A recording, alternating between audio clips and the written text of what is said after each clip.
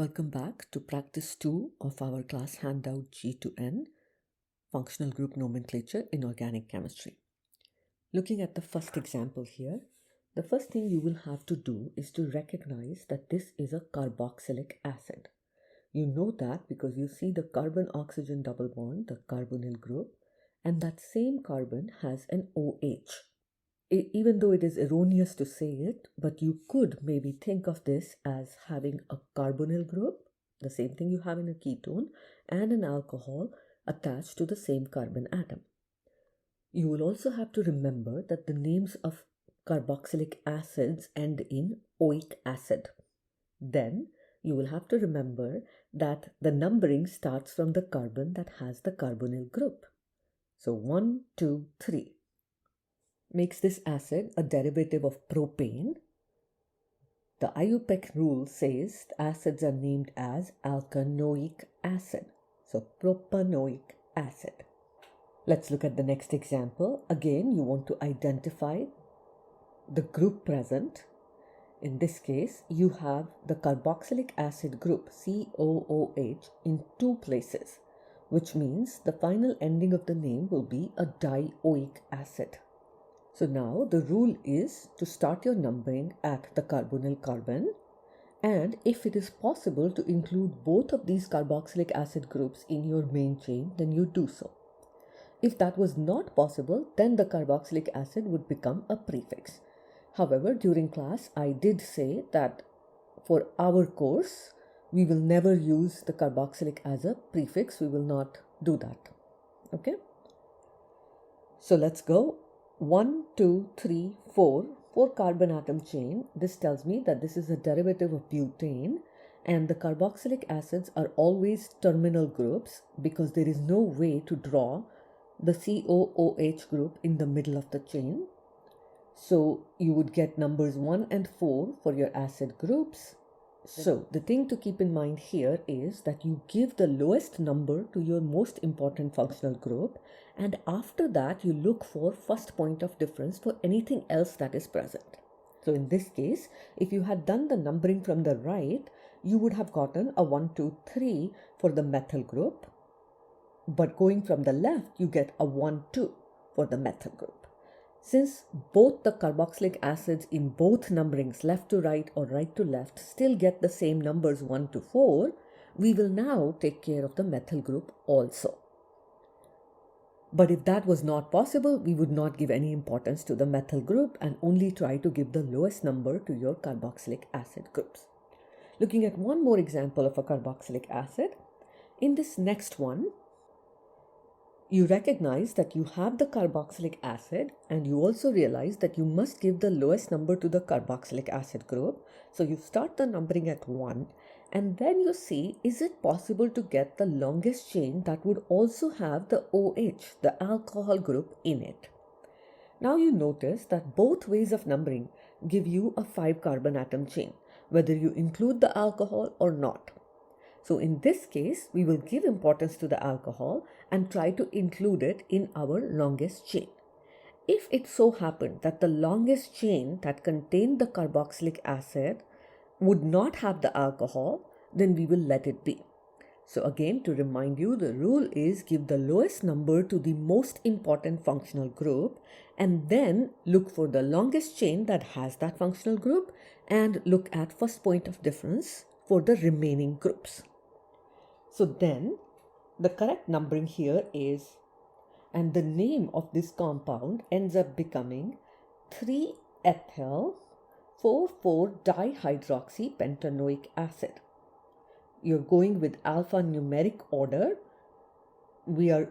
E comes before H. That's why you write the ethyl group first and then write the hydroxy group. It is not because of the lower number of the ethyl group in this case. Let's now look at an example of an ester. So you recognize an ester by the presence of a COO bond. The IUPAC nomenclature for esters says that you name them as alkyl alkanoates, where the alkyl part of the name comes from the carbon chain that is attached to the oxygen atom. So here that becomes a propyl group, And the alkanoate part of the group comes from the chain that has the carbonyl carbon.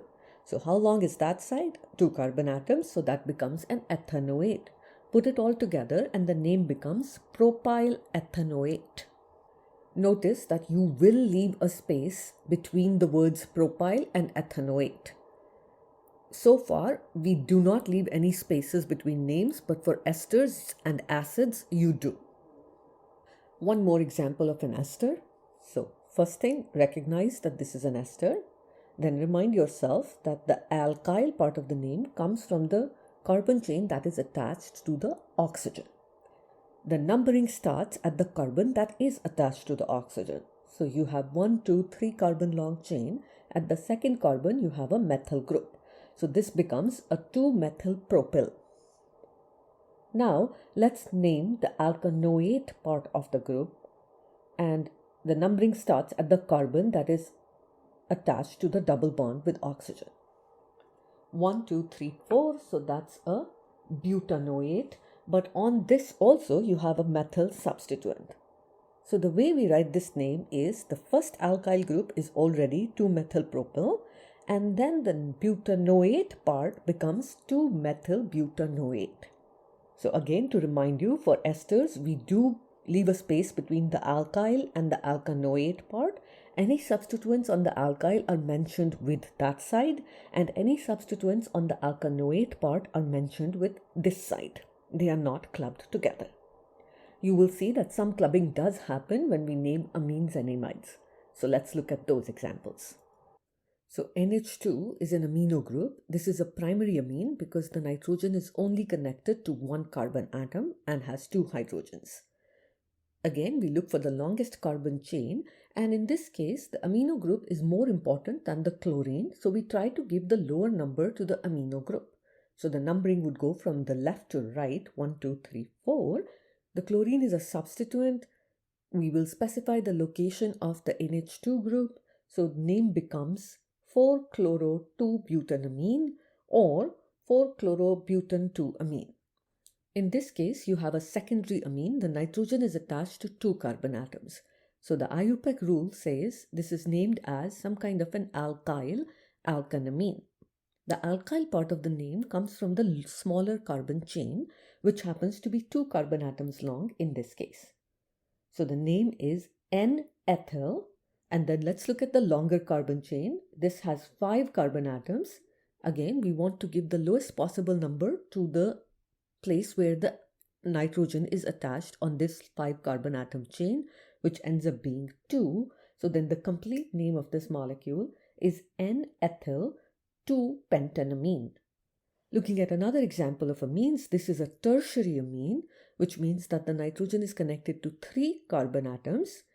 So the first thing you do is look at the lengths of these alkyl groups. 2 carbon atoms long, 2 carbon atoms long, 3 carbon atoms long. So the longest alkyl group gets the parent part of the name. So this is a propanamine. And then we name the other 2 as substituents. So since you have both of ethyl groups attached to this nitrogen, this is a diethyl propanamine. And to show that the ethyl groups are actually attached to the nitrogen, we write this as NN diethyl propanamine. If you want to be very, very particular, then you could say 1-propanamine or propan-1-amine. Let's look at one last amine. This is also a tertiary amine. Let's look at the lengths of the alkyl groups connected to this nitrogen. 1, 2, and then 4 carbon long. So this is methyl, this is ethyl, no problem there.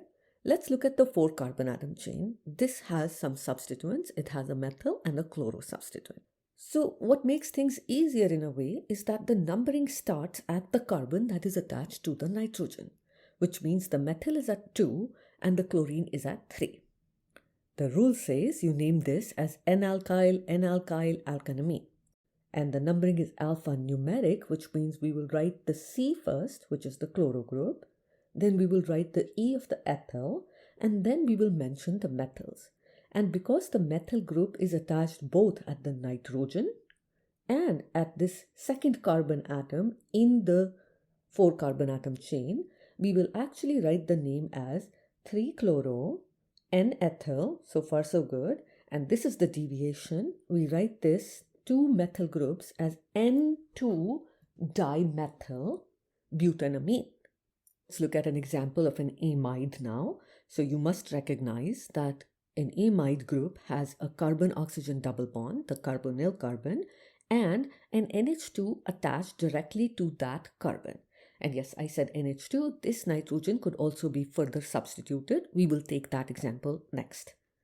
So right now, the IUPAC name for an amide is alkanamide. You start the numbering at the carbon with the carbonyl group, and then you look for the longest carbon chain, which in this case happens to be 4 carbon atoms long. There is a substitution of a methyl group at carbon number 2. This is carbon number 2 because we start the numbering at the carbonyl carbon, giving it the lowest possible number. So then the name becomes 2-methyl butanamide. Now looking at an example of an amide that has substituents attached on the nitrogen. So here we've got an ethyl group and a propyl group attached to that nitrogen, EP, so we know we'll write the ethyl first. Then let's look at what's going on the main carbon chain.